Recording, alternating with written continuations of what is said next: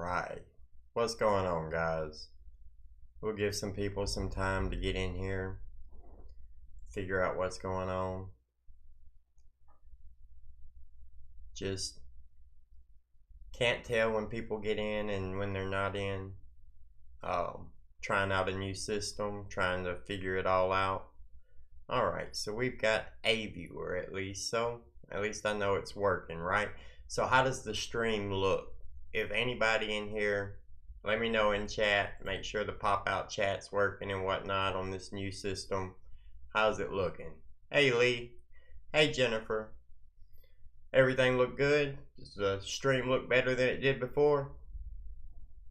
Went with OBS instead of StreamYard this time, so we should be able to still get the benefits of StreamYard, but stream in OBS. Like I said, I'm still trying to figure all this out, so I'm sorry, but it's a growing process. Good deal. I am glad. So, since we got plenty of people starting to come in now, let's go ahead and start talking about it. Stephan Smith, right? He's from Hampton County, South Carolina. The Murdaughs, Alex Murdaugh. You know, he was charged with, or he was convicted for the deaths of his wife and his son, Paul. But he's got another son named Buster. And during the investigation, a bunch of stuff came up about Buster and Stephan Smith. Stephan Smith was like, I think he was 19 years old. He was openly gay in a small town. So you know that's going to bring unwanted attention, right? Like, a lot of people in that area, they're not going to be fans of his. I wouldn't say that this is still a time where he's just going to be hated, but they're not going to like him very much. But he helped tutor Buster a lot, or help him with his homework, did his work for him, something in that sense. And then he was found laying in the middle of the road, and the cops ruled it a hit and run, even though the investigators on the scene didn't feel like it was a hit and run. And then there was a bunch of stuff that came up that ties the other Randy Murdaugh, Alex's brother. He was offering his services, but now he says he never offered his services to the family, so there's a bunch of back and forth with that. But Buster's name kept coming up as somebody who might have been responsible for Stephan Smith's death, right? And there's, as far as I've heard so far, there's no real hardcore evidence linking him to it. It's just a bunch of people talking, right? And now in a small town with a family like the Murdaughs, where the average salary in that town's probably $20,000, $30,000, and you've got multi-millionaire family who run the prosecutor's office and a civil law firm who's been in charge for 100 years, they're going to have some power. At least their name is going to hold weight, right? And people are going to have these ideas of things that they do. Where there's smoke, there's usually fire, right? So if there's a lot of people saying some crazy things, like they might have killed this person, or they might have did this to that person, it's going to catch fire, right? Oh, and with that being said, not everything you're going to hear about them is going to be the God's honest truth. So if somebody's found dead in the road down from their house, and then it looks suspicious but gets swept under the rug, regardless if they had anything to do with it, it's going to be brought up. The people in the town are going to talk about it. Now, that's not to say that they didn't. It's not to say that Buster didn't. But as we know in this country, and as I believe hardcore on this channel, you're innocent until proven guilty. Now, that's a court of law. That's not for public opinion, right? And public opinion feels like Buster did something because you had the Netflix special and the HBO Max special come out back to back to each other, and it painted a certain narrative, right? Like everybody talking about how Buster was probably involved. But then you see Buster and you hear Buster speak, especially on like JLR's jailhouse tapes where Buster is talking to Alex, and the trial where Buster testified. And he seems more like I don't want to say dumb, he's a law student, right? But he seems more timid. He seems more like go along to get along. I just want, y'all to like me type of person. So a lot of people thought maybe he's closeted. Maybe he's gay and he was having an affair with Stephan Smith and he didn't want that to get out or something. And then there's a lot of things that tie back to Stephan Smith was supposedly talking to some powerful guy from the area and going on a fishing trip with him and just stuff like that, right? So I want to go into this because after Alex got found guilty, they started picking up more and more on the Stephan Smith Buster Murdaugh case. And during the investigation about Alex murdering his wife and son, they ended up opening up a lot more about this case. And a lot of people speaking out about this case. A lot of people feel more comfortable saying the name Murdaugh now than they did before. So that's a huge deal. Well, now the family, they're going to exhume Stephan Smith to run more tests and try to see what they can figure out. It's been 2 years though, so I don't know how great that'll be. I do want to read this article real quick because a lot of people believe that the state is exhuming Stephan Smith, or the state is going back into this investigation enough to exhume the body. But this is for a private autopsy. This is the family doing it. This is the GoFundMe money. Now, before I read that article, I'm going to read a little bit of the comments and see what y'all are saying. Miss Southern Logic, I'm glad you're in here. I'm glad it looks good too. It's going to look a lot better this coming week because I'm getting a new camera, and that new camera should be awesome compared to what I have now, because this is like a $40 webcam, and the one that's coming is a higher end webcam, much higher end. So really happy about that, and that's, thanks to Miss Southern Logic. Oh, let's see. Who all's here? Alice of Legend, hello. Sandy McCracken, Jeannie G, Juliet AF, Avery Shannon.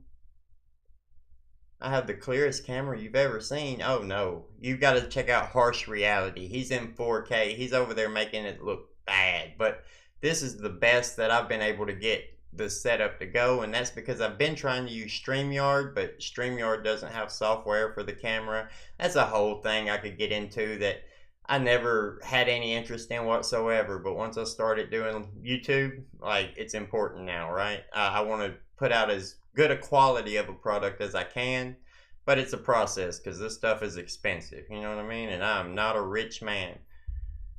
Oh, Dolphin, good to see you in here. Jennifer, TM1234, I do feel bad for Buster to an extent, but it's very suspicious that so many people accused him of being involved with the Smith boy.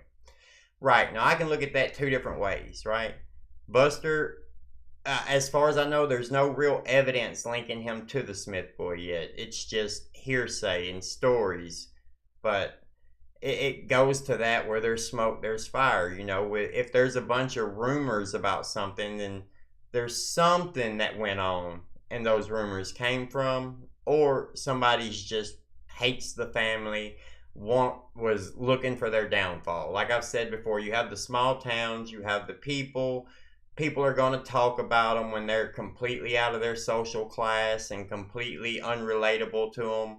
There's going to be rumors, there's going to be ideas, especially people like the Murdaughs, who we know were abusing their authority, abusing their power, stealing money, taking from people. When it's people like that and you're talking, saying they did something else, people are going to gravitate toward that. They're going to accept that a lot faster than they're going to accept it if all this other stuff wasn't going on. But alright, let's get into this article real quick. Priel Spoonmore, how you doing? So, I don't know why I'm doing that. I've got it all right here. Check this little neat trick out. How does this work? It's not all the way in screen, but I'm going to read it to you anyway. Stephan Smith's body will be exhumed for private autopsy, family says, almost 2 years after the Murdaugh case prompted renewed scrutiny. So people started talking about it again. Now the family wants the body exhumed. They're paying for it out of pocket. This is not the police doing it. It's not the federal government, the state government, nothing like that. This is the family who raised money from citizens on GoFundMe, and they're having the body exhumed for a private autopsy. That's his mother with a picture of him. And one thing before I read into this, I want to say, he was openly gay in the small town, right? So people are, it's going to be problematic to an extent. We're not that far into the future yet, you know? I don't think anybody should be hated for what their personal choices are inside the bedroom or in the house or whatever. I could care less. If it don't bother me, then I don't really have much of an opinion on it. I mean, we have right and wrong and stuff like that, but I'm not the person to enforce my beliefs on other people, and I don't want other people trying to enforce their beliefs on me. So you do you, I'll do me. I don't want anybody hating on the boy for being what he was, but that's part of the story. That reads into the lore, so we are going to have to speak about that.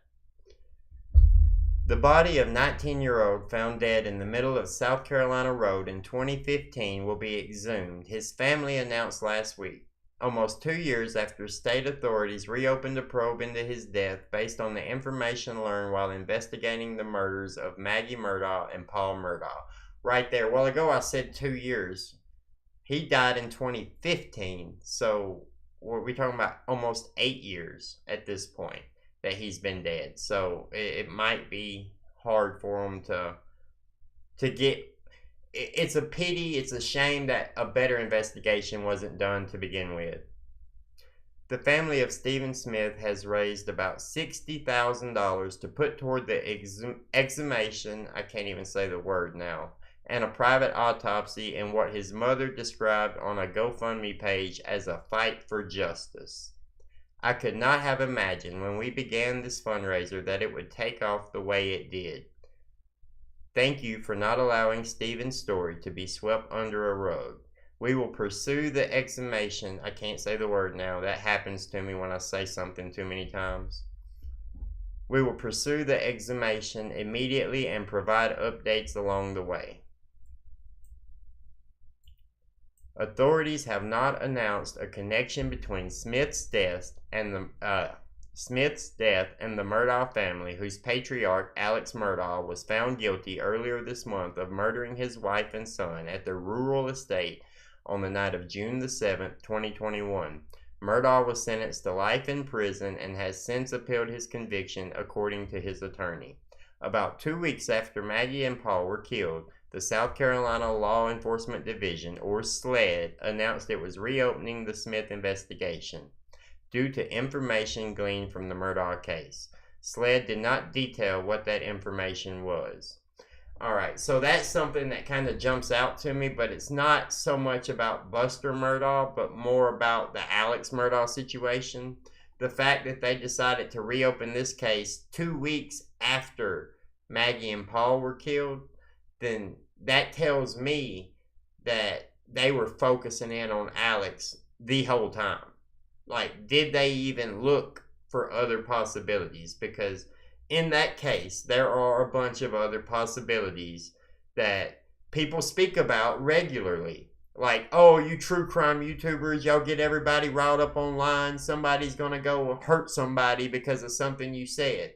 But that's exactly the defense that Alex Murdaugh tried to use, and that got looked over like it didn't mean a thing. So, I'm just saying. SLED has made progress in the death investigation of Stephan Smith, the agency said in a statement to CNN Sunday. However, this investigation remains active and ongoing. The body of 19-year-old nursing student was discovered on July the 8th, 2015. An incident report from the State Highway Patrol indicated he suffered blunt force trauma to the head, and his death was initially deemed a hit and run. However, while a pathologist Pathologists cited in a SLED report state Stephan Smith appeared to have been hit by a vehicle. The responding officer referenced in a report by the State Highway Patrol's Multi-Discrepancy Accidental Investigation team noted, that was a mouthful, no vehicle debris, skid marks, or injuries consistent with someone being struck by a vehicle. Smith's shoes were also both on and loosely tied. Now, he was wearing like skateboarder shoes, right? Like Vans or something like that. And those shoes, they were loose on his feet. I hope that everybody didn't see it, but somebody posted it to YouTube. And it's your discrepancy whether you want to look at something like that, but it's a picture of a body, and I can't share that. So if you do want to look at that, that's posted on YouTube. And when I looked at it, the shoes, it definitely seems like his shoes would have came off if he was hit by a car going any speed, any rate. But different things can happen different ways, and you never know exactly, how it went down until you can recreate whatever, or have a witness let you know exactly what happened. So we can't say, oh, just because he wasn't knocked out of his shoes, just because his clothes weren't tore, that it definitely wasn't, but it looks like it wasn't for sure. Okay. Where were we at? Smith's family started the GoFundMe in an effort to seek a new unbiased look at his body and an accurate determination of his cause of death based on facts. Read the page, which originally sought $15,000. The autopsy would cost about $7,000, it says, and a private medical examiner would also need to be present throughout the process at a rate of about $750 per hour. It is a huge expense, but we are hoping that with your support we can make this happen and finally get the answers we need. The page says, adding, we believe 2023 is Stephan's year. Alright guys, so that, I just was reading that to let everybody know that it is not the state or the government or anybody like that that's exhuming Stephan Smith's body in connection. The case has been reopened. It was reopened 2 weeks after the death of Paul and Maggie Murdaugh. So June 7th to 2 weeks after that, June 21st, something like that, they reopened this case. And now the family is having the body exhumed because the injuries on Stephan Smith don't necessarily match what it would be in a hit and run. The officers at the scene didn't feel like it looked like a hit and run. There's rumors all over the town that Buster Murdaugh had something to do with it. But what I haven't heard yet, and what I'm hoping to hear and what I'm looking for, is somebody telling why Buster's name is connected to it, right? Like, we've heard Buster might have had something to do with Buster, but what happened to what story got told that included Buster Murdaugh having something to do with this? Because now that the Murdaughs' fall from grace is complete, it shouldn't be that big of a deal for somebody to repeat what they actually heard about it, and then for that to be followed back to the source, or where it came from, why it was said, who said it, and from there,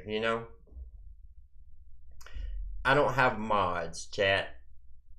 Help me out if you can, and let me know why I would need them, but I tried to avoid adding them because right now I don't have all that many people that come in my chat anyway, and even if I did, then the mods are always on somebody, I hate going in and just saying something, somebody respond to me, and then their response get deleted before I can even answer it because, oh, they mentioned me and I'm another channel or something like that.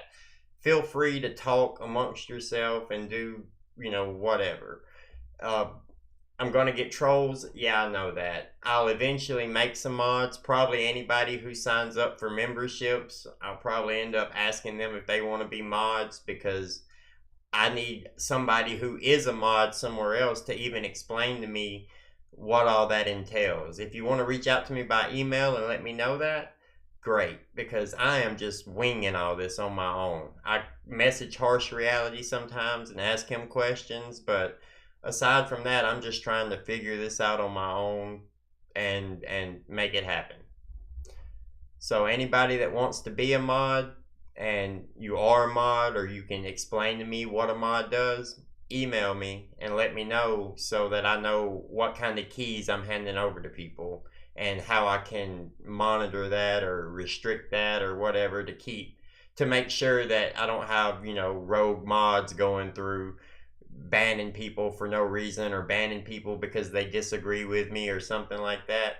That's the last thing I want. I want people that agree with me, obviously, but I also want people that disagree with me. So maybe we can go back and forth and chat, and they can help me see things a different way from a different perspective, or catch something that I missed and it could change my whole opinion.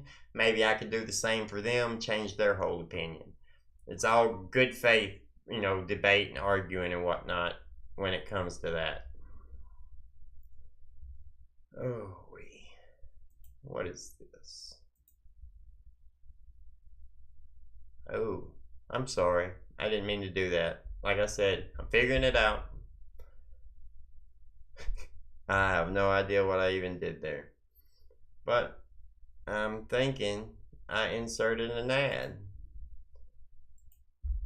Sorry if y'all can't hear me right now. Oh. So I don't know what happened. Did I play an ad for you guys? I am sorry. I was just clicking to try to make something go away and it said you inserted an ad. So I appreciate it for y'all seeing the ad, but I didn't mean to. I wasn't trying to go that way. But it said I inserted one. So if you don't have it yet, it might pop up unless you got an ad blocker or something on. But alright, so let's go to this. The first video I want to watch about this, the suspicious death of Stephan Smith by True Crime Design. She's a channel, it's got like 33.7 thousand subscribers. I've seen a few of her videos. I don't know if I'm going to agree with her, disagree with her. As we go through this video, we'll see what I think. Let's go ahead and click here so y'all can see it with me and start. You're talking about a young man who's homosexual, who isn't hiding it, is very proud of who he is. You're talking about a small southern town. It's taboo. It's taboo. Especially back then. And he's wearing it proud.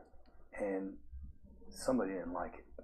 It clearly had to have been related to his sexuality, don't you believe, Mike? 100%. 100%. I don't feel like it's a hit and run. I've looked at the body itself. A lot of people seem a little nervous to say the name Murdaugh.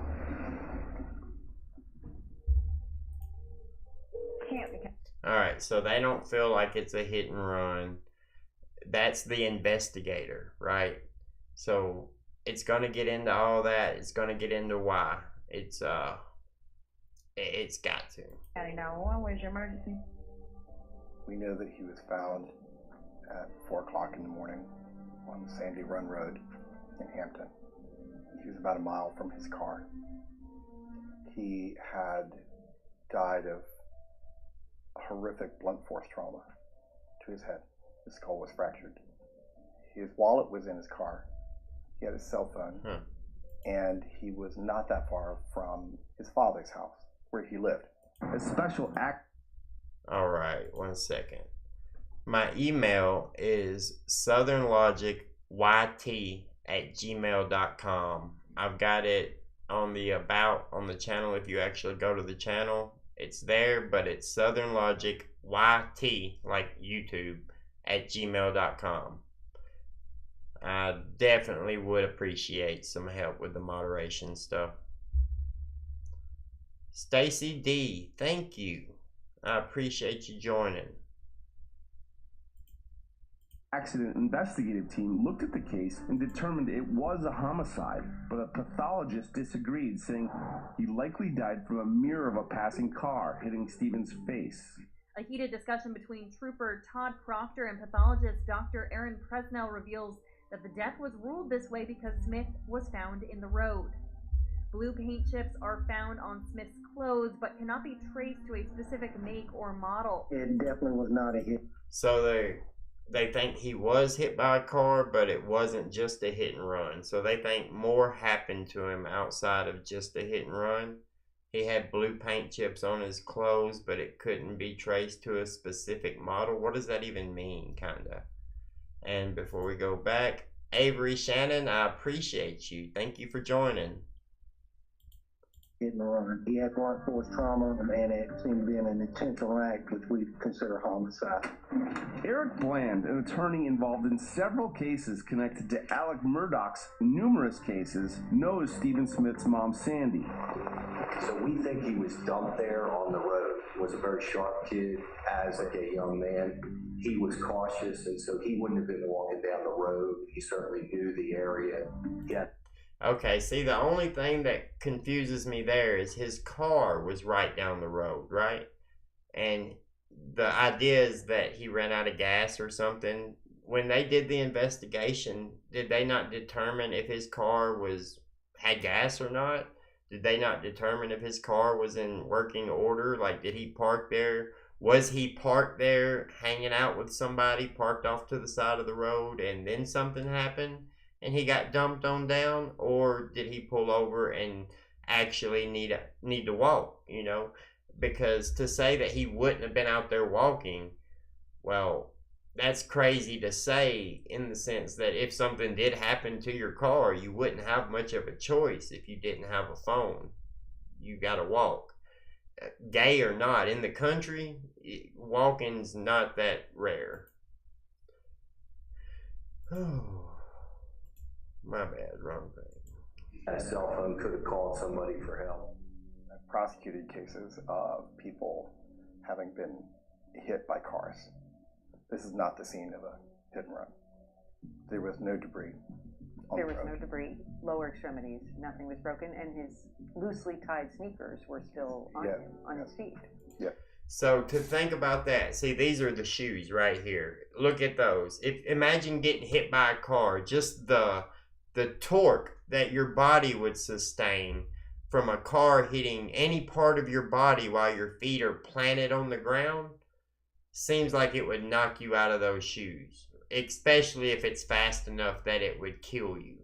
So that's a little insane, but this is the part that I'm waiting for, because this is the guy who's going to give us the information of why it doesn't seem that way. There was no vehicle debris. He wasn't knocked out of his shoes. Yeah, things like that. Blown off. Mm-hmm. Yes. If it was a hit and run. Every hit and run case I've ever seen, shoes blow off. They did not have their shoes on. That makes sense. Hit and run is extraordinarily violent. Extraordinarily violent. He had some of it. Did you see how his car was pulled off right there, though? See, that's what makes me think, okay, so the openly gay part, he was gay. They said that he was not an innocent type of person, right? Not saying he was bad, not saying he deserved nothing that happened to him, because that nobody deserves that. But he was mischievous. He, was into prostitution. Him parked off to the side of the road like that, to me, makes me feel like it could open the door to a lot of possibilities. And you have the idea that Buster Murdaugh might have been having a secret relationship with him. So when they started investigating Maggie and Paul and they reopened this case, did they find call logs? Were they looking all the way back to 2015? Like, I wonder what they found to cause them to reopen this case, to give them the interest back in this case. Was it just, okay, well, we've got Alex Murdaugh for this, and we think we got him dead to rights here, so we're going to go after everybody with that last name in this town that's been abusing their power? Because it seems hard to believe that might be the case, and let me explain why. The Murdaughs are a powerful family, and there's all these rumors from the common people, the regular people, the working class, about this insanely rich and powerful family in town. Well, like I said before, if there's smoke, there's fire. Well, all the people that work around Alex, that deal with Alex, his friends, his family, the ones that he lied to and stole from and did, horrible things with, you're telling me that those people knew this man, knew his power and his wealth, and they never noticed that he did anything wrong.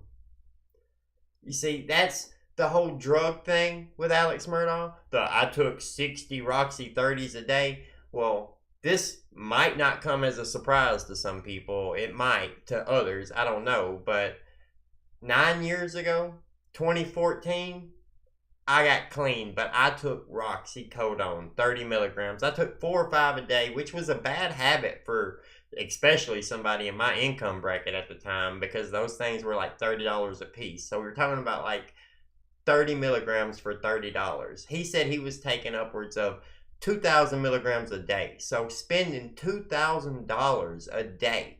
Now, the money part, like he stole the money, so we know where he got the money, but where did he get the pills? Where did he get the pills? In a small town like that, where did he get 2,000 milligrams worth of pills a day? Roxycodone 30s. It's not like, I know they hand them out, pill mills, but think about how many prescriptions that would be. 60 is a prescription, a month's worth of a prescription. So he would need 30 people selling him his script, or one dealer getting 30 scripts from different people, or there's some connection with, the black market and the pill mills and somebody who's got a whole situation bringing them in. And didn't Alex Murdaugh have a landing strip? Pretty sure he did. So that's something that always sticks out to me, because we know he was lying about 2,000 milligrams a day, right? Like everybody knows there's no chance that he could take that many and live, okay? I was lucky to live when I would take 5, 6 sometimes and go over that little bit. It would feel like I was going to die. So there's no chance. I don't care how much of a tolerance you have. You're not taking 2,000 milligrams of oxycodone every day to function normally and still be alive. That was insane. But it just makes me feel like all this was covered up so easily, right? Like it seems like there was no investigation, even though cops were suspicious and didn't feel like it was right, and there was the Murdaugh name twisted into it. So it feels like that small town has more than just the Murdaughs that need to be exposed for this covering stuff up and playing all these financial games, because it wasn't just Alex running the board and everybody else was too stupid to see it. That's not how real life works. But not significant. Inconsistencies in the initial investigation have left many wondering why his death was never investigated as a homicide. It was clear that this case was not handled correctly. Why? I can't tell you. Maybe it was simply incompetence. Maybe it was purposeful. But I do believe that the truth is going to come out. Right. Sandy Smith was relentless in her quest for answers. She asked the FBI, the governor, and others to keep investigating, but the case went nowhere until Mallory Beach was killed on the Murdaugh boat 4 years later. People started asking questions about the old Stephan Smith case. Corporal Duncan... Let's make a point about this too, because we definitely need to point this out. Now, when Stephan Smith, a low-income gay boy from the town, ends up dead in the middle of the road, and the Murdaughs' names are mentioned or tied to it, it gets brushed under the rug. Nobody really pays attention. It's just rumors. The Murdaughs would never do nothing like that. There's no ill will, any harm done. Just, it was a hit and run. That's it. Close it out. Don't even investigate it, right? But then when another upper class, I don't want to say rich because I don't know that her family is rich, but another person in the same social circles as the Murdaughs, something happens to them, then we have to really look into it. Why? Because money makes the world go round. Nobody cared about the poor gay boy. but they all care about this girl. They'll take the Murdaughs down for this girl because her family has power too. You see what I'm saying? Anyway. Told us the Murdaugh family name came up in his initial investigation, but that part of the investigation didn't go anywhere. And when asked if behind the scenes there was pressure to stop the investigation or to leave the case as a hit and run, personally, I think there was some type of pressure or just lack of investigation upon other agencies to do anything. But the real break in the Smith case came after the Murdaugh double murders. During that investigation, new information came to light. The South Carolina Law Enforcement Division tells News Nation they've made progress in the death investigation of Stephan Smith. However, this investigation remains active and ongoing. Why did they reopen? So they've made progress in it. What kind of progress had they made? Because his body wasn't exhumed. Did they just go back and look back over the evidence and determine that it wasn't just a hit and run? Because I'm somewhat confused on it. He's laying out in the middle of the road. His shoes, all that still intact. The injuries, I don't want to say you guys should look at the pictures because it's a dead body. So, do what you feel comfortable doing. But there's some marks on his arms. There's the back of his head. And his shoulder was dislocated. And it doesn't seem like injuries that would have happened just one smack by a car going by. Now maybe he also got hit by a car. That's possible. Maybe he was hurt already and folded over and got hit by a car, but I think the conspiracy or the idea of what happened here, the theory that the people are floating, is that he was beaten, hit with an object, and then thrown out in the middle of the road to be found dead. Let's read some comments real quick before we get into her. Maybe they think Alex Murdaugh killed the kid. Some fathers get a hatred for their son, maybe being gay, and blame the other party. Deborah Mullins. Yeah, I could see that. I could see Alex finding out that Buster was having some inappropriate relationship with Stephan Smith in his eyes and had something done about it by his buddies, his unsavory friends, those people that he didn't press those charges against that time because now you owe me a favor type of deal. Harlot Oscara. It's hard to say your name for me too. I just want to say it the right way so bad. The way one of his feet was flat on the pavement, even with his leg bent to the side, looked really strange. If the pics that person posted were actual crime scene pics, head cropped out, so I don't know. It looked like it to me from the scene, the area. Now, I know they could do a lot of photoshopping and stuff, but I don't understand what the purpose of that would be. But yeah, it looked like it.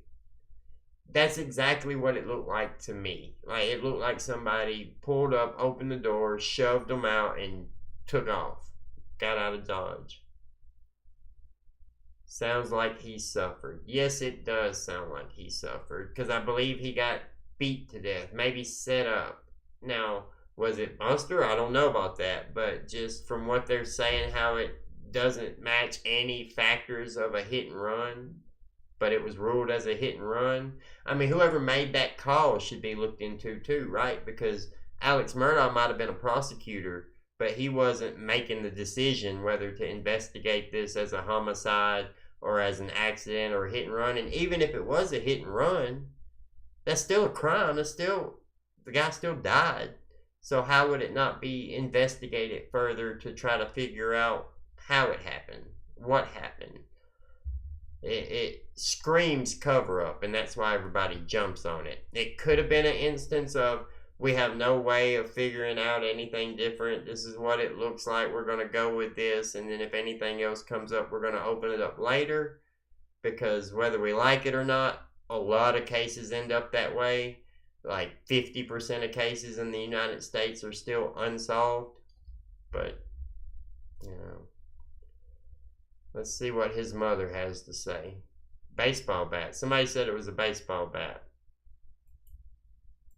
It was something they found while they were investigating Paula Maggie's death, was all I was told. But what it is, I do not know. At first, I thought maybe it was something on his phone, Paul's phone. And then rumor was going out, they found something on his computer, and then they found a baseball bat, but I have no clue what it is, but... It just makes you wonder what they would have found, though, right? And then to link it back to Buster, would it have been something like maybe Paul talking to Buster about, you know, him having some type of relationship with him then? When they pulled phone records or went through the phones or searched the data, something like that, maybe, like, or somebody asking him about the rumor and him answering the question a certain way that makes him pop back up. You gotta wonder what it would be, because you wouldn't think they'd be stupid enough to have like pictures or anything there that directly connects them to the crime. It would have to be conversations being had about it, right? And maybe it was Dad got mad that Buster was doing this. So I wouldn't automatically assume Buster's guilty. Because just like with the same family, with the maid, the housekeeper, that Gloria, I can't remember her last name. But the housekeeper, Gloria, her death, there was rumors that Maggie did it. There was rumors that Alex did it. There was rumors that Paul did it. And then you have Paul's best friends and stuff saying there's no chance he would ever do it because she was like a mother to him. So that rumor doesn't really hold weight. And when you got 3 different people all being accused of the same crime just because, well, they're rich and powerful and they do bad stuff over here, so they might do bad stuff here. It shows that the town breeds rumors, right? Like, yeah, they're bad. They do some crazy stuff. There's probably a reason people have a bad idea about them, but they probably didn't do every little thing that they're accused of doing at the same time. I know I'm going to know soon. Well, it was ruled by the pathologist that it was a vehicle versus pedestrian. But there was no damage anywhere. He had a dislocated right shoulder, and then his eye socket was broke. The whole back of his head was crushed. And he had some defense wounds on him. His shoes were still on. It first came up when... See, that's interesting, right? His eye socket and the back of his head. Well, in a hit and run, you have to imagine that it's going to be... Unless you're hit by the front of the car and ran over, which it did not look like he was whatsoever in the pictures. But you have to imagine that's one hard impact that then you're spinning out of the way of the car, right? So, especially to one individual body part, the chances that you're going to hit your head on the car and then fall to the ground and crush the back of your head with the way he was laying with one foot still up, it doesn't look like that would cause that injury. Now, if it was all the damage on just the side or something, you could say that the mirror might have hit his face and broke that and then knocked him straight into the ground. But the torque from that seems like it would have to take those loose shoes off or slam him into the ground hard enough to tear his clothes on the rough road as he slid across it. Something, right? I don't know if the question for me at this point is even, was it a chance it was just a hit and run? Because I think it's pretty clear that something happened to him otherwise. Just what ties Buster to it? Is it only the rumors from the town? Or is there something that puts Buster as a reason to be? What's the story? What's the origin of the rumors? How did we get there? Was it just investigators saying that this person don't want this looked into? Or like, how does that go? How do you go from this looks very suspicious and looks like somebody was murdered and dropped here to, oh no, it's just a hit and run? How do you get to that point?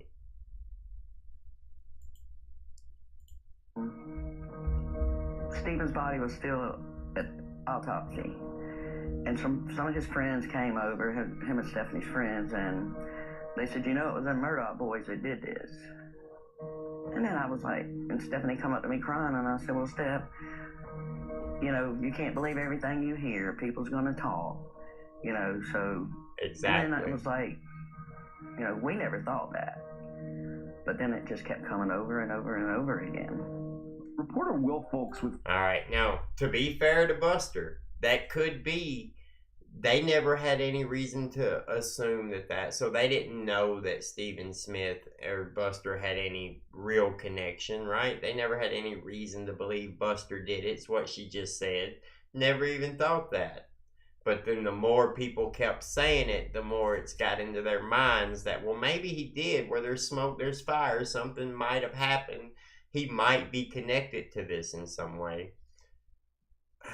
It could just be the name, though. It could just be the hype train behind, let's take the Murdaughs down for everything bad that they ever did. And I feel like with Alex Murdaugh, he proved to be an absolutely terrible person. He proved to have the ability to commit the murders, but he was never proven to have done it. There were the two-shooter theory was still wide open. Even the prosecutors had to admit that it was a possibility that there were two shooters, and yet they still got their conviction, right?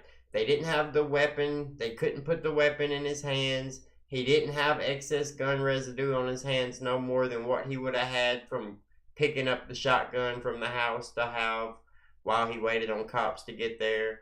That's what the prosecutors people said. So they didn't never prove it to me that he did it. I'm not going to fight for his freedom, but I will say that I don't feel like he was I don't feel like it was proven in my eyes. It was to the 12 on the jury, and that's what matters, right? But I'll always say that because I believe no matter how terrible of a person you are, no matter if you do deserve to spend the rest of your life in prison for everything else that you've done, when it comes to individual crimes, I feel like that case lost its legitimacy for me when all the financial crimes rolled in. But that was I don't want to say character assassination because it was his character, but it was read in the jury instructions afterwards. Do not use this testimony as his character witness. Don't use this to judge him as a person. Use the evidence to this crime to determine if he did this crime beyond any reasonable doubt. And there was still reasonable doubt. To me, there was still reasonable doubt. Could he have done it? Yes, but I don't feel like it was proven that he did, and I don't feel like they ever gave a motive that made sense. Fit News tells us Buster's name often came up with the Smith case. And there was clearly a Murdaugh tie-in to the death of Stephan Smith, because if you read investigatory report from his death back in 2015, the Murdaugh name is mentioned dozens of times. In fact, this was one of the first files I ever received related to this story. The oldest Murdaugh son, Buster, was the same age as Stephan and his twin sister. Being from a small town, they all went to school together and everyone knew one another. As the multiple Murdaugh cases have played out in the small Carolina community, rumors have swirled. After the news of Stephan's death came rumors that Buster and Stephan had some sort of relationship. The Smith family attorney says this. They graduated high school together. They had, friends in common, played ball together when they were younger. You can't say there's no connection. Nobody knows what Stephan's life was like. What I will say, they knew each other. That's what we know. They knew each other. Is that we know of no evidence that would support any kind of, relationship between Stephans. But it was Alex. What he just said. We know of no evidence. But they found something that made them reopen the case, right? So maybe they found some evidence of some type of relationship or some evidence of something but they haven't told us that yet. So, like, that's my main interest in this is why? Why do people say Buster is connected to it? Let me look at chat for a minute. Maybe one of you guys have heard and you can tell me, what is the story that, okay, this happened and this is how we know Buster did it? Or this person was there and was part of it and this is how we know Buster was a part of it? Or Buster told this person that he did it? Or, like, where did the rumors that Buster has something to do with it originate? Did it have a good reason, or was it, oh, he was found close to Buster's house and Buster knew him and Buster's kind of soft and timid and this was a gay boy, so maybe because of that Buster was having a secret relationship with him and got mad or didn't want to get exposed and attacked? You know what I mean? Like, that's a stretch there. If there's a reason, though, if there's a reason to believe that, if Buster told somebody that he had something to do with it at some point, or if, you know, somebody else was with Buster when it happened and saw Buster do it, or helped Buster do it, that would be a big deal. I can believe it, but I don't see any reason to believe it so far, other than just they're going to talk about it. Because, like, okay, imagine this. Anything Alex Murdaugh is accused of now, after you've seen him on the stand, after you know he's been guilty, he's been found guilty of the murders of his son and his wife, for basically to buy a couple days to borrow some money, the same way he'd been doing for a decade beforehand, after you know he's already been convicted of that, for no more of a reason than just to buy himself a couple days and gain some sympathy. And he stole from his best friend on his deathbed when his wife needed the money, and stole from poor people who that would have been life-changing money, but for him was just another month worth of pills. After you know he did all that stuff, is there anything they can say, Alex Murdaugh did this too, and you not say, yeah, I can believe it, he probably did, right? So once the name is tarnished that way, it's easy for them to say, well, Buster probably had something to do with this, and everybody in the world that's watched the documentaries are like, yeah, I agree, he probably did. But they haven't shown any reason to believe Buster had anything to do with it, outside of his name coming up so many times by people in the town saying they heard this or they heard that. But who heard it first? Where did it come from? Juliet AF. I do think it's possible that Buster was friendly towards Stephen, and since Stephen was openly gay, it made Buster look gay from not shunning him, and that started rumors. I agree. I think that's very possible, because Buster seems like he's a timid person himself. He seems like he would be more, I don't want to say woke, because he doesn't seem like he would be woke, but he would be more of, I want to be politically correct. I don't want to have any tarnish on my name, because eventually I want to be, you know, solicitor, whatever. Deborah Mullins. You can tell by the way AM talks to people on the phone from jail. He is a control freak. Yes, I agree. The trial was not enough about the murder. That other stuff prejudiced the jurors. It most definitely did. I mean, there ain't no way not to think about it when you can't take it out of your mind after you hear it. You can say don't use it for that, and you can really even believe that you're not using it, but you're still going to use it because you know it. If you are in a relationship with a girl and she has cheated on you before, you can say, oh, well, I'm not going to hold that against you, and I'm going to give you all the trust and this and that. But you're never really going to give them all the trust back again, because it's always going to be in the back of your mind that they did something. Alex Murdaugh and his brother Randy, who came to the scene of Stephen's death, going through the crime tape. No one sure why. I know that soon after, Randy Murdaugh had called. Randy is Alex Murdaugh's brother. When I was on the phone with Joel, he said, let me put you on hold because Randy Murdaugh's calling. He said, Randy wants to take Stephen's case pro bono. And I was like, what case? because they said it was a hit and run. Did you think that call from Randy Murdaugh was strange? Yes, it made no sense to me. Yeah. And I mean, really, there was no case there yet. Yeah, you didn't know it was a kid. And this is disputed, by the way. Randy Murdaugh says they never offered the family any assistance in the case. But you also heard them just say that at the crime scene, Randy was there. A lot of people are taking that like, oh, somebody called him to go out there and make sure everything was taken care of. And that's possible. But it's also possible that he's an ambulance chaser and he's a lawyer. So he might go out to crime scenes to try to see what it is, to see if he can call them and get the case like it seems like he did. But it's suspicious at the very least that they say that he offered, but he's denying it. If he offered, he offered. But why deny it unless you got something to hide? And his law officer said that he didn't know Stephen had died until after the funeral. Right. Excuse me, but Alex Murdaugh and Randy Murdaugh were standing at the crime scene. Oh, wow. They were at the crime. See, that's the lie. Like, why would they lie and say they didn't even know he had died until after if they were at the crime scene?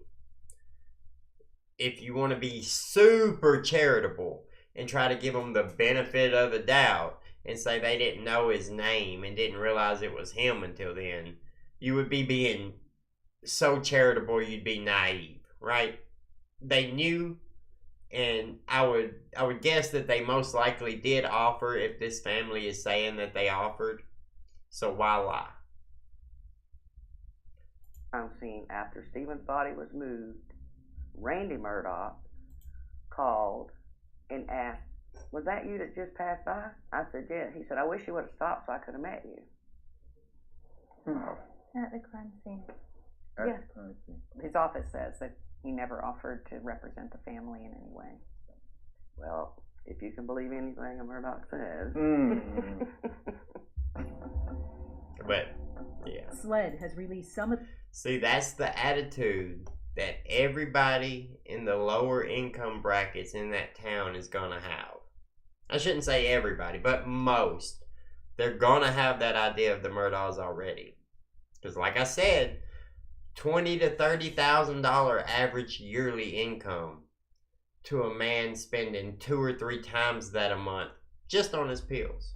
It's one of those things. It's another thing like, okay, so I tried to explain this when I was saying how the motive for Alex didn't make sense so much, because you've got a guy who in 2020, 2021 made around 6-7, well, between making and stealing, he brought in $6 to $7 million a year there for those last couple years.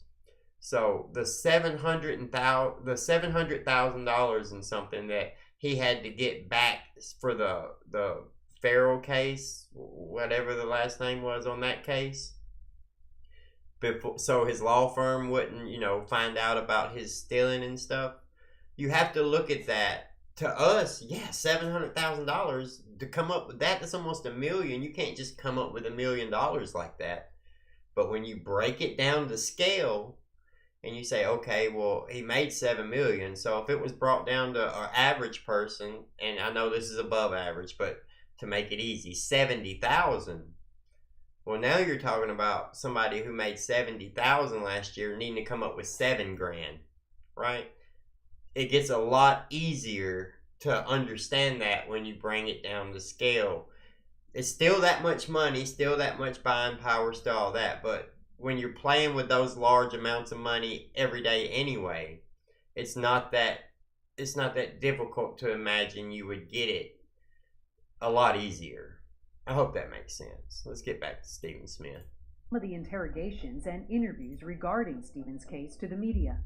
The lead investigator at the time even voiced his doubts about this being a hit and run.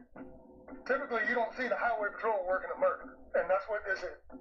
Right. Wow. That was the lead investigator at the time, yet you still don't have answers, and you still don't know who did this. Right. And how does that make sense when the lead investigator is saying, well, typically you don't see this like this, and this doesn't look like a hit and run to me? How did nobody push against, oh, we're just going to call this a hit and run and close the case? How did nobody do that? That just lets you know that the corruption runs a lot farther than just Alex. Alex can be corrupt, right? He can be powerful as the prosecutor, solicitor, and be corrupt, but he can't use that influence against nobody without the rest of the people helping him. He might be pulling the strings, but the other people are the ones doing the favors and helping to cover the stuff up. If we're going to expose Alex, let's expose all of them. Because I bet you half the people in the Alex Murdaugh case who came up there and testified against Alex were testifying against Alex because they were wanting to make sure that they discredit him to the point that if he said anything about them, it wasn't listened to. It would fall on deaf ears. It would go in one ear and out the other because he's a certified liar. Marilyn Henry, thank you for the $5 super chat, super sticker, I guess. Thank you, I appreciate that. Somebody left a comment the other day, and I want to be really clear about something. When I'm talking about how you don't have to send me super chats, that's what I mean. Like, there's no I'm happy to accept it, but I don't want anybody who can't afford to do it feeling like, like I need them to do it or something. Obviously, I'm not the richest person who just doesn't need money whatsoever, but I don't want anybody feeling like they are required to do something or that it'll, help me in some way outside. Anything that comes just goes into the channel for now. So that's what I meant by that. I've got some snarky comments because, I forgot you don't need money. What? Like, that's taken in the worst bad faith way you could ever interpret it. Oh. A choo-choo train. I have no idea what that is. I don't know what you mean. There had to have been some reason they wanted to get in on Stephen's case. Like to cover it up. That is one of the most suspicious things about it, and the biggest link, in my opinion. I agree. There had to be a reason they were there, and it really, if they did offer services, and the family says they did, and the family doesn't seem like they would just make that lie up, because it feels like something that could be provable or at least witnessed by other people that they told back at the time. Annette Music. I see you all the time here. That's the first time I feel like I've read that out loud. Thank you for the $5. Don't have to, but enjoying the live. Exactly. I appreciate it, but I just don't want people to feel obligated or feel like, if they don't, then I've seen some creators say some crazy stuff with it. This isn't my job. This is fun for me. I'm having fun. It makes some money, a negligible amount of money most of the time, but it makes some money and it's fun for me, so I enjoy it. I appreciate it. It really, it makes me feel good. But, there was no debris in the road and his injuries were not consistent with a hit and run, Sandy added. Right, yeah. Like, if he got hit by a mirror, you would think it would break the mirror off. You ever hit your mirror on anything, it'll break it, knock the glass out of it. I've had a bunch of problems hitting my mirror. In Alabama, we have a lot of narrow back roads out in the country. I've always lived, way back off in the country. So you be coming down a road, and everybody wants to drive this big, jacked up F350 diesel with tow mirrors sticking out, and always end up hitting a mirror. Always. Damn, people will find fault with anything, ain't it though? I mean, that's why I address it sometimes. I read my comments because I want to know what people think. So, if I'm way off in left field somewhere, I want to be corrected at least, or I want to see why other people feel differently. So I read them, and then you end up reading some crazy stuff, man. Some crazy stuff. You're so sweet, Southern Logic. You can't let comments get to you. Yeah, and I know they don't get to me. I don't dwell on comments or anything like that, because I mean, they're strangers for the most part, just saying hateful stuff. Anybody who says something personal doesn't bother me so much. It's just when they start talking about, I don't know, like just the most ignorant takes they could have, and then they get so mad that, you know, that you don't agree with their take or that you see it differently. And they don't want to explain to you why they feel that way, or you explain to them why you feel that way. They just want to, you know, say you're ugly and your mama's fart stink or something and run off. Well, you know how they treated their other clients. I find it hard to believe the firm had no idea what Alex was up to. Agreed. Now, I'm not saying that those lawyers themselves were dirty, but they knew they had to have some kind of vibe for something, right? Like, they have certain systems set up in place, and then you've got Alex with his own systems doing different stuff here and there, making everything come in different when you would want it to be streamlined and organized, and everybody offering to the same benefit so everything can be verified that it's equal in an equal partnership. So it seems like maybe they might have had some other idea what was going on there. I mean, they even said that when they confronted Alex about the missing money that was used as motive, that confrontation, that one thing that day, they didn't believe that he was stealing money at that point. They thought he was using this other account to hide the money in the boat case, because they were trying to dig into his finances over the boating accident. So there wasn't a, oh, you're stealing money. It was, we think he's actually trying to hide money because of this case over here. We don't want no part of that. So you got to prove to us that you're not stealing money, that you're not doing nothing that's not above board. Logical way, Southern style, bro. Appreciate it. Don't dwell in your blame and play petty.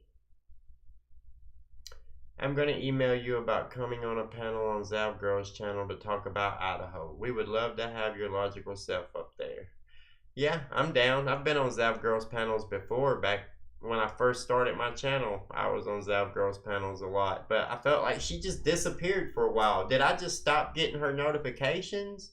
Or did she get in a relationship and just bounce and take a break? Because I feel like I didn't see a lot. I see it now again, but it felt like there was a while I just didn't see her on here. It's not your fault you're from Bama. I still accept you and appreciate your point of view. Roll Tide. Roll Tide. Can't argue with ignorance and stupidity, Maple Leaf. I agree. I try to change people's minds sometimes and get them to understand. Like, I'm not trying to be hateful. I'm just trying to have a conversation. You know, my favorite comment, though, my favorite thing that bothers me the most, I'll be done with that once I get finished saying this, is the people, when I post true crime content, right? If I post a video that's not like the rooster video that I posted, or something that's not really true crime, just something else I thought was funny or interested in, oh, I get crucified for it. It's like, stick to true crime, buddy. Don't quit your day job. Why would you post this? Well, this, you could have been talking about this, or you could have been talking about that, but you're wasting time. And it's like, golly, it's my channel. Can't I post what I want on here? You have to decide whether you want to click on it or not. If you're not interested, just don't click on it. But yeah, I'll leave that there. That's just my favorite comment that people get mad at me anytime I post anything else. I started a second channel, Southern Logic Unleashed, but I don't really post there a whole lot right now. Still trying to figure out how to even get the first channel going right and figure out all these steps. But once the new camera gets here this week and I get some more like pads to absorb the vibrations from the sound to get rid of whatever echo, Then I'm going to start working on getting some new lights to make the image quality better, because right now I've got a lot of lights, but not the right lights. I want my stream to look like Harsh Reality Stream. I want it to be that crystal clear. So I feel like I got it pretty good today for what I'm working with, but it's going to get better. Eve Lucky, thank you for joining too. You were the very first person to become a member. I don't know if you know that or not, but you were the very first member I got. I appreciate you. Mama Stormy, no, I don't have a Discord, but I'm not against the Discord. I go to Discord sometimes, but I don't have anything set up with anything. I watch a political streamer who has Discord, and other people that I'll go in there to talk to people and debate politics and stuff like that. Not like straight up political debate, but just conversations about politics that end up in debates. Anyway. This is either an extreme amount of corruption from very powerful people who were able to pull all of these strings, or everybody involved in this did not Thank do you, their Mama job, Stormy. and that is very scary for the justice system too. Both sides, it's scary. What do you believe happened to your son, Stephen? I feel like they beat him to death because the only damage was to his head. And he did have some defense wounds. He had a dislocated shoulder. It had to be somebody he knew to put his body like he was walking home. I mean, my heart goes out to her. It's just hard to believe. It's been 7 years. So she thinks that he was beat and then thrown out, right? She don't think he was hit by a car at all.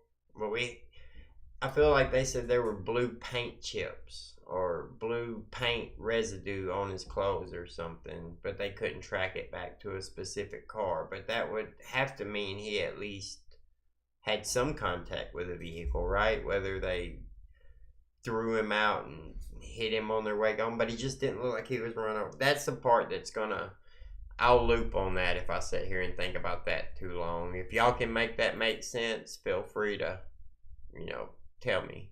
But I can't really figure that out because it doesn't look like a hit and run at all. It didn't have debris, but somehow he had blue paint on him. I guess if he was getting attacked, the blue paint could have been, he could have hit a car in the attack before they put him in to take him and drop him off or something. Paint chips come off a bat too. Okay, yeah. That could be it, like a painted bat, like a blue Major League Baseball bat. Yeah, that makes sense. See, that's why I read the comments, right? Because I wasn't even thinking that way. I was thinking wooden baseball bat, like, in the pros, but there are a lot of baseball bats with blue paint. Years, and Stephen's case is still unsolved.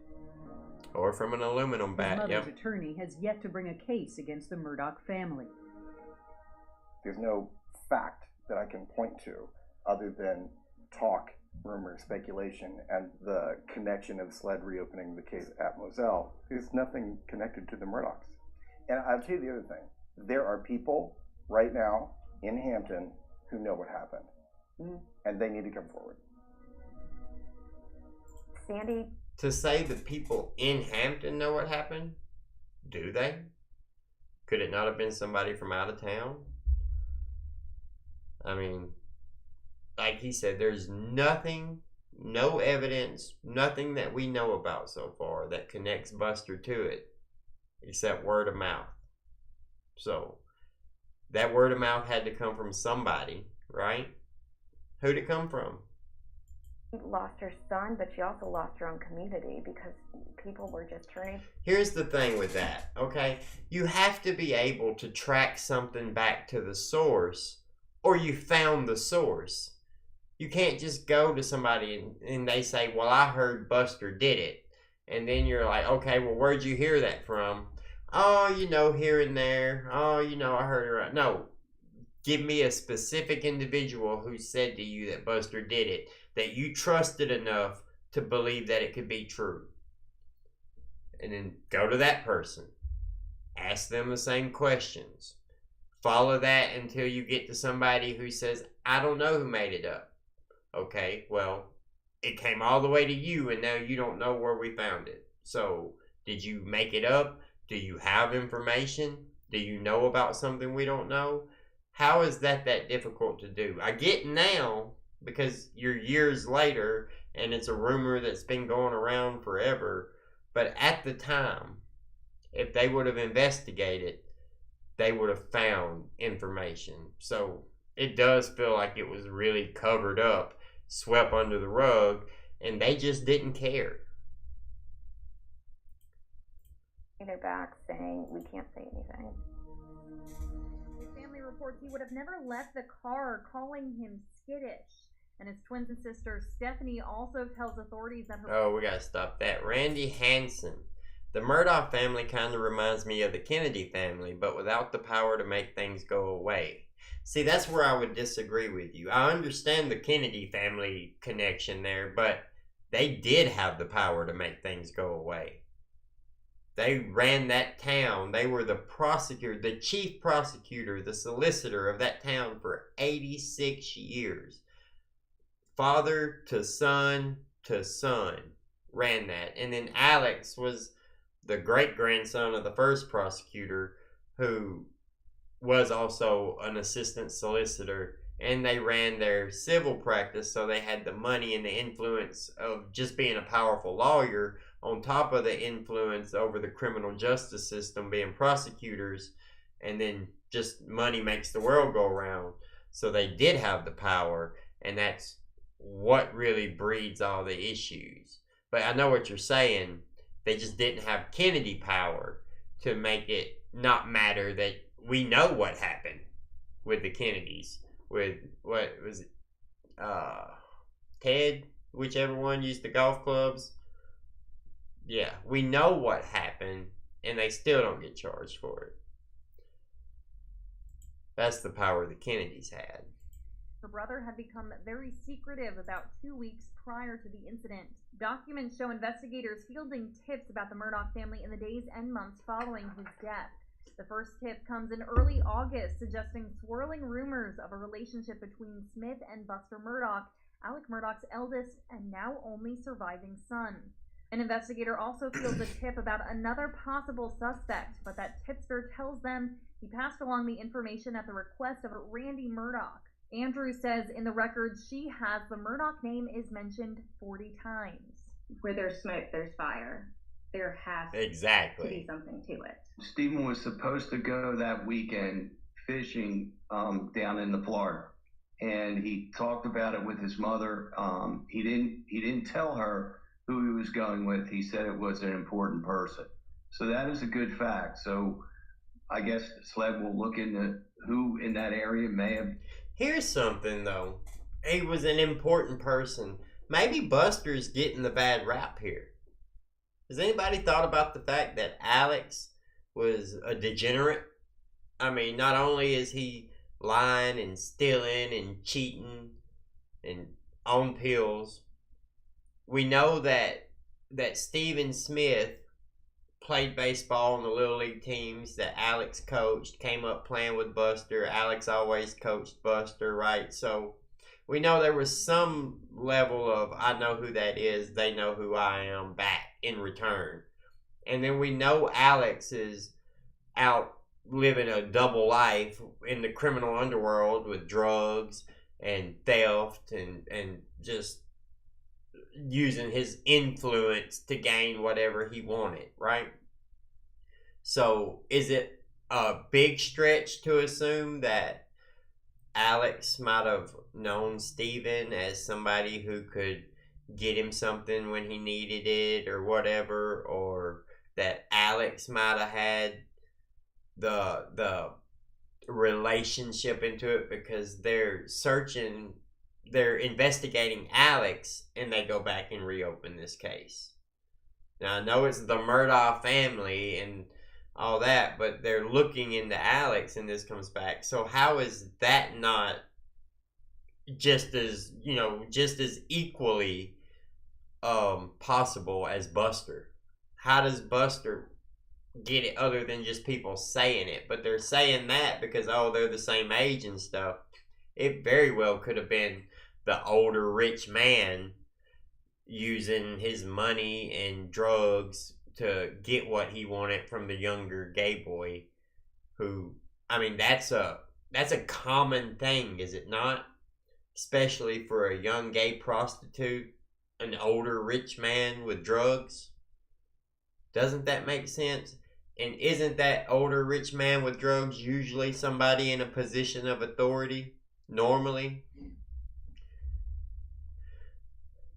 That's true too. It could just be about drugs and have nothing to do with Alex having a sexual relationship with him. But just saying, if he's talking about he's going on a fishing trip with this, he wouldn't be just going on a fishing trip with some rich, powerful man just because he could get him drugs. Because we know Stephen wasn't balling out, so he wasn't Alex's primary connection, getting him 60 pills a day. Or, I mean, hell, if you're making $5 a piece off of those, and that's absolutely easy to do. I mean, I'm not encouraging nobody to do that, but if you had somebody buying that much, you're making $300 a day doing that. You don't need to work. You got $2,100 a week.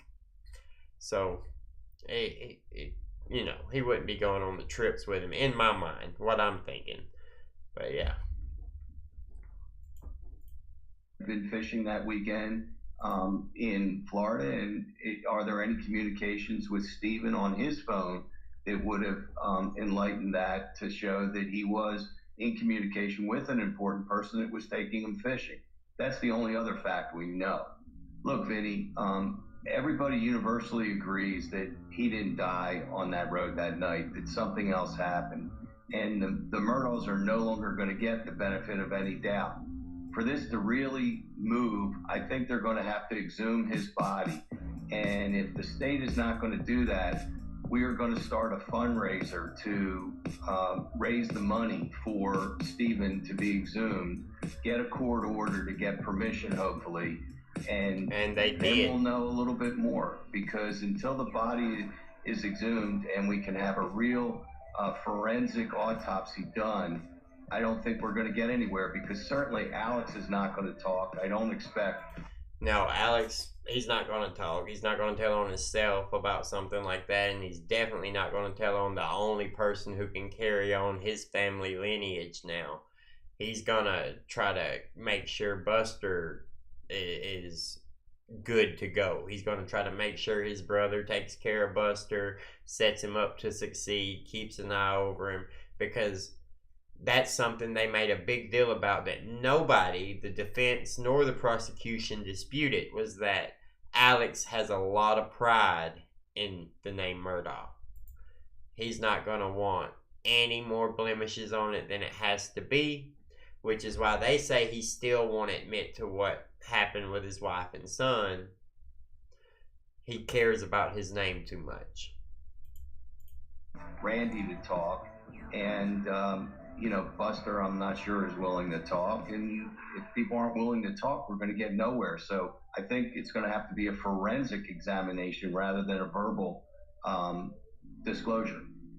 That's right. And they raised enough money, for anybody who wasn't in here earlier when I said this, they raised enough money, and they are exhuming his body to do private autopsy and investigation there. It's not the state. It's not the government, it's not the police doing it. It's the family with donation money, and they're having his body exhumed to try to see if they can put together the pieces a little better. And hopefully, if somebody in that town knows what happened, or has some kind of first, second-hand knowledge of what the situation is claimed to be from the rumors and where they heard that from, hopefully they can come forward and we can get there. There's another video that I was looking at, and it was Buster Murdaugh being harassed and followed.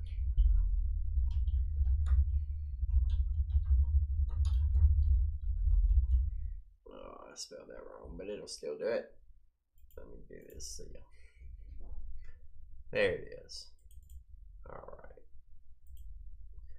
this one here. Buster Murdaugh hasn't spoken publicly since his father was sentenced to 2 consecutive life prison terms for the murders of his mother Maggie and little brother Paul last week. But that hasn't stopped some media outlets from trying to catch a glimpse of him. Buster, how often would you... Now, obviously, he's not talking, right? He's not going to come forward and say anything on his own, because why would he? It can't help. You know, any good defense lawyer will tell you it doesn't matter if you're innocent or guilty. If you go and you speak to the media or you speak to the police without a lawyer present, any info you give can and will be used against you. It doesn't matter if they got to twist it or if it's just outright bad to begin with. Anything you say can and will be used against you, always. So if you don't have to speak, it wouldn't make sense to speak. I know a lot of y'all don't like JLR, and everybody has their own opinions, but he's following Buster. They had the thing, we watched the video on him last time, and he said that his audience felt some type of way that Buster wouldn't answer any questions, that they felt like that meant something. Buster's going to law school. Buster's families are all attorneys. If there's one thing Buster should know, is never speak about your own guilt, regardless of whether you're innocent or guilty. If you don't have to speak, if you're not being deposed or interrogated, don't speak. So it doesn't tell me that Buster's guilty because he won't speak about it. I know a lot of people want to say, oh, well, if you got nothing to hide, there's nothing to worry about. That's bullcrap. You don't have to have something to hide to have something to worry about. Read a few comments. Which Murdaugh is it today? All of them. All of them. I want to talk about all of them. They fascinate me. The Murdaughs fascinate me because I can't figure out how more of my audience doesn't find this case interesting, didn't find it interesting. I mean, I guess they just felt like, oh, well, he's guilty and that's all I need to know. But it's a crazy story. And the craziest part about it is, as crazy as it is, it's commonplace. Every single city, every single town has one family that reigns supreme for the most part, that holds a lot of power, that most people have speculation that they're into some bad, dirty, some crooked, illegal, drug dealing, whatever. Every town has those people, right? And it's interesting to watch it all unravel and to see like what all is true in this particular situation. Randy Hansen, the Idaho case is what everybody wants to hear about. I agree. I like the Idaho case too. I get interested in it too. But at the moment, there's not a lot to talk about when it comes to the Idaho case. I don't want to dig into, well, they looked at these places for this information. I can't get into that in my mind and be like, okay, well, yeah, because they requested this, it means this or that. It just doesn't. It means they left no stone unturned. They're trying every avenue to make sure they get the information they need to convict the person they believe is guilty of the crime. Is he guilty? Maybe, maybe not. If it's just my layman's opinion, he looks guilty. It looks like he's guilty. We haven't seen the evidence. Even the stuff that police have verified that they have and stuff, we can take their word for it. But we haven't seen it yet. We haven't seen things in full context yet. So, to me, it looks like he's probably guilty. But we'll see at court. Until then, with the gag order in place, we're not getting a whole lot. But the victims' families, I did read this the other day for the Idaho 4 case. The victims' families are allowed to give their opinions on the case right now. They are. It is clearly stated that they're allowed to give their opinions. And their lawyer will probably be the one delivering their opinions to make sure they don't accidentally say something that they're not allowed to say, which is going to have something to do with evidence to the case. So, let's go back to this real quick. Speak with your mom and dad on the telephone on a daily basis. When Buster Murdaugh testified for his father, that was the first and last time the public heard from him. Since last Friday's sentencing, some media has camped out in his neighborhood. On Monday, Buster Murdaugh filed a... And one thing too, let me take up for Buster Murdaugh a little bit here, because during the trial, people were saying, oh, well, he's making this face, or he's smiling at this awkward time, or he's staring off and he's not listening to this. Imagine if he believes his dad didn't do it, he's sitting in that courtroom, listening to them trying to prove that his dad did it, and that would have been a very rough trial to sit through, being your mom and little brother with your dad accused of that. Nothing about Buster right now is going to give us Buster's real, who he is. Judging from the phone calls where he's talking to his dad in prison, from any public appearances from the trials and stuff like that, with all this going on, that's a crazy amount of trauma and just disruption from the life he's always known till now. Not saying he deserves it or don't deserve it. Just saying, no matter what you think about it, you have to concede that point, right? This is not normal for him. Normal life ended in 2021. And now everything's been like rocks in a washing machine since. It's just not going very well. Police report with the Beaufort County Sheriff's Office after the New York Post published a photo of him inside his home. Taking pictures of him everywhere he goes, even inside his home, is a huge violation of his rights.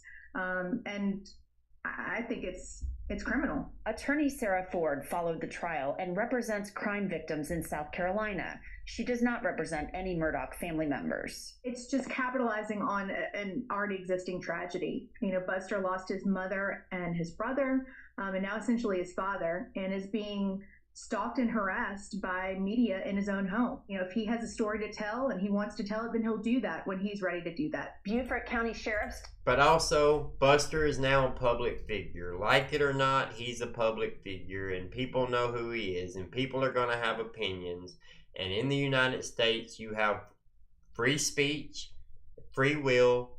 So if Buster enters into a public area, he's going to get the attention.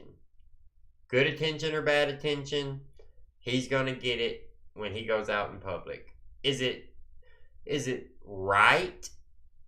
I mean, depends on what they're doing. If they're just asking him questions and he never responds or says go away or shut up or nothing of the sort, then they're not really doing anything wrong by law, right?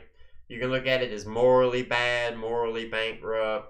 Give him some space. He's going through a lot.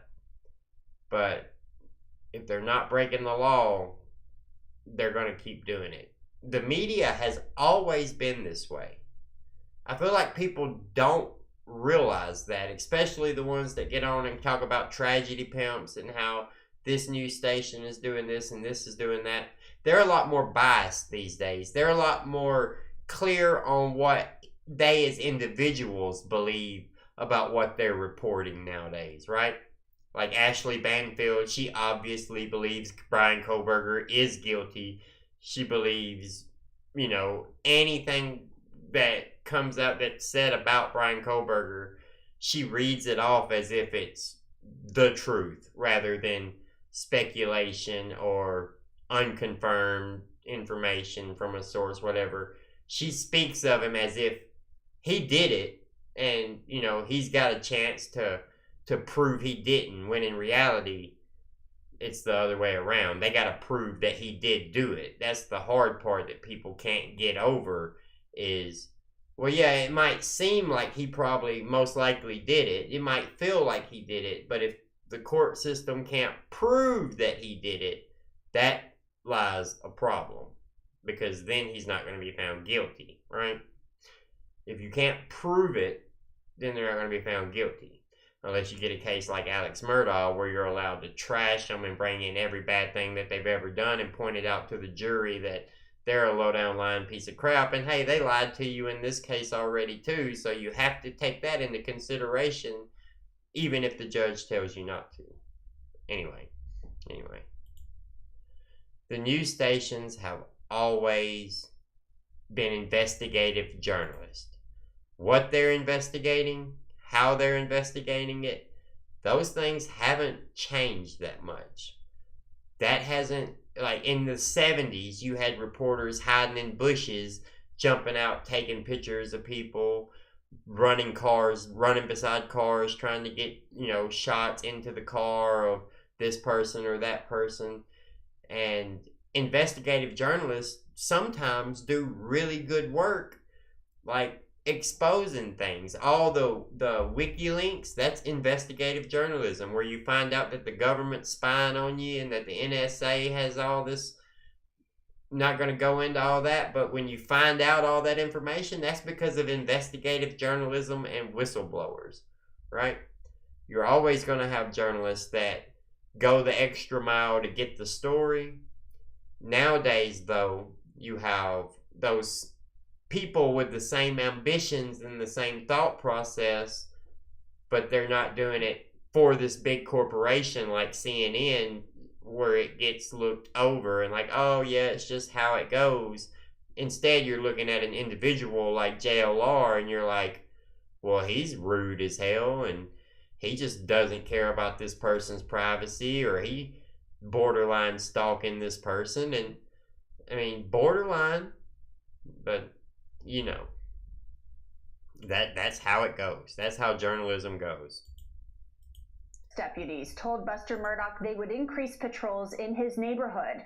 Deputies also told him how he can go about filing for a restraining order, should he wish to do so. For Law and Crime, I'm Anjanette Levy. All right. So, guys, what do you guys think about the Buster Murdaugh situation? Once I lied, I continued to lie. Yes, sir. Why? What a because you're a liar. But yeah, what do you guys think about Buster Murdaugh? Stephan Smith, do you guys have any connection to it? A local, Eric Allen, did a really good job on a 5 or 6 part series way before the trial, including one on Stephen, the housekeeper, fake shooting, everything, if you're interested in more info. I appreciate that. I'll look into that. Somebody had sent me an email. It could have been you. I can't remember what the name was, but they were also telling me that name to check out what he said. Karen McCright.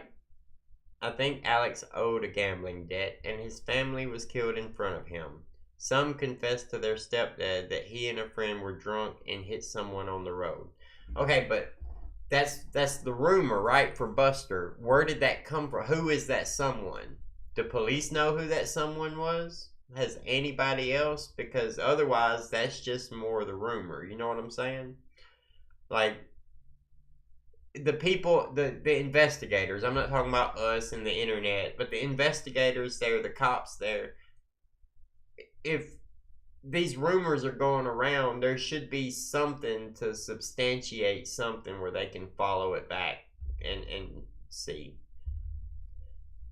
The Eric Allen, I definitely will check out the Eric Allen series.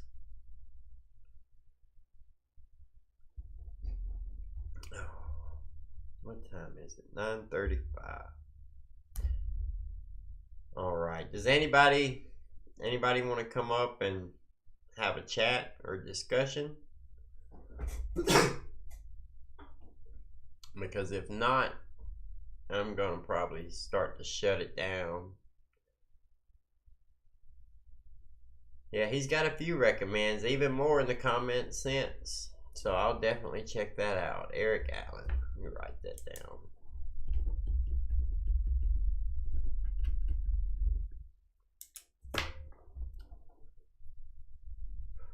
So, I know that there's been a whole lot of the jailhouse phone calls coming out between Alex and the rest of his family. So I want to touch on that real quick too. Those phone calls that's been coming out, those are a few months old. Those aren't current right now. The ones that JLR, Evil Exist, all those are posting. Those are older jailhouse phone calls that have been released. Maybe some newer ones mixed in, but that's where they're talking about needing money and Buster caught gambling and all that. That's before Alex was found guilty. And there was one that I heard, and it was basically Alex saying that he needed his sister-in-law to put money on this other prisoner's books. And the excuse he gave, I've never spent a day in jail, okay? So I've never been arrested. I don't know what it's like in jail outside of what people tell you and what you've seen. I was in the Army, so I somewhat can relate. If you've been through basic training, it's kind of the same thing, except you get to do cool stuff in basic training, where in jail you're just sitting wasting time because, you know, you did something wrong, right? But I've never experienced jail. But from everything that I've ever seen from people talking about jail and prison, you're getting money put on somebody else's books, especially in an amount like $50. I doubt it's so you can get ibuprofen and still buy a good canteen. Especially when the person that you're saying you need the money put on their books is a violent criminal who has gotten extra charges for exactly that, for intimidation of other inmates, for it. I want to say bullying. Obviously, bullying is not a charge. I don't know what the charge was, but that exact inmate, I'm trying to remember his name, Jake, maybe something, but that guy was getting money put on his books by Alex Murdaugh. Most likely as, you give me money or I'm going to hurt you, or you give me money and I'll protect you type of situation. Or maybe a gambling debt. Maybe he lost the money betting on the games, because on all those phone calls, he wants to know scores. He needs scores. So that gives a whole lot of air to the idea that maybe Alex is a gambling addict too. Dolphin517. True Crime Rocket Science has some really nice videos about what happened to Maggie's money, her will, how Moselle went to Daddy Murdaugh, then to AM, and how AM sold Moselle and the beach house. I'll look into that too. I know Buster is supposed to be getting like $500K from the sale of Moselle, right? Mary Michael, thank you for a very informative episode tonight. I enjoyed the facts you shared about Stephen's death and his mom's tireless fight to get justice for her son and her family. Good job. Thank you. I appreciate that. And I hope they get justice for it. I know, people live alternative lifestyles, and that does not mean that anything bad needs to happen to them. Everybody's allowed to have their own beliefs and their own feelings about whatever, but nobody ever deserves anything like that. And people who commit hate crimes against people, you're the most pathetic people ever. You know what I mean? If you owe the jail money for medication and don't want to pay it, then you can put it on someone else's books. It does happen. Definitely, I understand that happens. But when you look into the situation, you wouldn't put extra money on somebody's books that has a history of taking stuff from other people, has a history of being that guy. You know, I don't know how else to say it. I don't know prison lingo and stuff, but if somebody is that guy in prison who has charges for bullying, intimidation, theft, assault while in jail, if you were going to trust somebody to get you some extra commissary under their name and you help them out a little bit, it's going to be somebody you have more influence over. And Alex Murdaugh ain't going to have a lot of influence over somebody who is a violent criminal. They would have influence over Alex. Just in my mind. That might not be the case. It could have been for ibuprofen. That's just the person's history makes you feel like it's not. Or makes me feel like it's not. I don't want to say you. But yeah, I know what you're saying. And yeah, I agree. That's very possible. It could just be that. Grandkids galore. Well, you didn't hear those phone calls.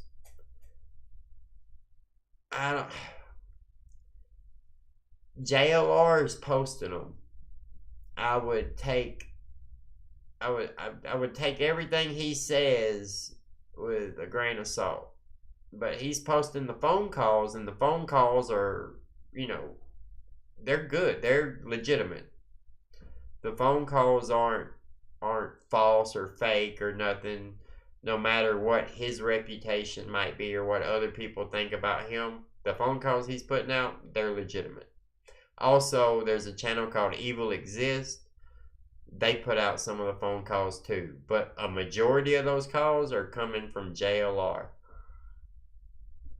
Gambling is a very serious addiction. Yes, it is. I am sure the prison is watching him closely. They do not want any scrutiny if he was hurt. Yeah. Sure, they were watching Jeffrey Epstein closely too, though. You know? When you've got powerful people in prison, their friends and acquaintances are other powerful people. So I wouldn't feel extremely safe if I were Alex and had dirt that I could dump from other people. I'll have to check them out. Thanks for the tip. Lee Myron.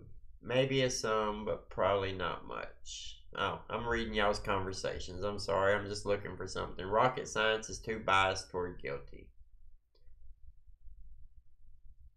Maybe y'all are talking about a channel, Rocket Scientist? I don't know. Eric Allen leaves things open. You kind of got to leave things open until you have evidence, you know, otherwise, I mean, you can have a personal opinion. That's where I feel like a lot of people get all worked up, is they get mad at people's personal opinions on something. And they're like, it's innocent until proven guilty. And yeah, by law, but hell, you can't tell me what to think or how to feel about it from information that I get. If my information's bad or something that I got wrong, that's different. But if I have the correct information and I feel like this person's guilty, by law they might be innocent until proven guilty, but don't change the way you feel about it, right? That's why the jury isn't allowed to be a true crime enthusiast who's been watching the case on YouTube all the way up to jury selection. Has to be somebody who knows as little as possible about the case. That way, the only information that they're making their decisions off of is what they're shown in the courtroom as evidence. That's the crux of it, right? Because once you get a narrative, there's no longer presumed innocence. Once you hear the narrative that Alex Murdaugh killed his family and that he had all these financial crimes where he was stealing money from this to that, and it was all coming to an end, and he got confronted that day and he didn't know what to do, so he went home and took them out, and you don't get the information that there wasn't any insurance policies. You don't necessarily immediately get the information that his dad was on his deathbed that very same day. You don't get a lot of information that would make that narrative go away, but in the courtroom you do, you know, which is also some more stuff with the Alex Murdaugh trial and the jury. You got one of the members of the jury, his brother was one of the first responders to the murders, which was insane that the defense was good with having him there, but maybe they felt like it you know, he was unbiased enough. But then you had the jury wasn't sequestered. So for this case that has all this national attention and so many people talking about it from every walk of life and every news channel covering every inch of it, you've got a jury that they're able to see that by accident, by clicking and going through and talking. They could see it. And then you have, at the last week of the trial, 2 documentaries drop, one from Netflix, one from HBO Max, that tells the story of the Murdaughs as the Hatfields and McCoys for the most part, as the legend of the Murdaughs comes out on HBO Max in one situated story with people telling a bunch of stuff about the Murdaughs and how the history and how corrupt people were and how the grandpa would make you disappear too, and that's always been going through the town and everybody knows it. And then you got the Netflix one that mostly focused on the boat accident and how terrible of a person Paul was being that night that the boat wreck happened, and how everybody felt like he just didn't care, and how he was just concerned about himself, and Alex was more concerned about was Paul good than there's a girl missing and possibly. Of course, right? Of course. Anyway, I'm tired. I'm starting to forget what I'm even talking about halfway through. Got to work bright and early in the morning. I appreciate all of y'all coming by. I appreciate everybody who joined for memberships and who left super chat or super sticker. It means the world to me. If you don't mind, before you leave the live stream, if you would hit that like button, I would really appreciate it. It really does help out a lot to push the video out to more people. And I will be finding certain parts of this and cutting it up and reposting it as pre-recorded videos. So whoever's in here, you might see this later on as part of a pre-recorded video. If you do, I'm sorry. But a lot of people are not going to watch a 1 or 2 hour live stream. Have a good night, everybody, and I'll see you again soon.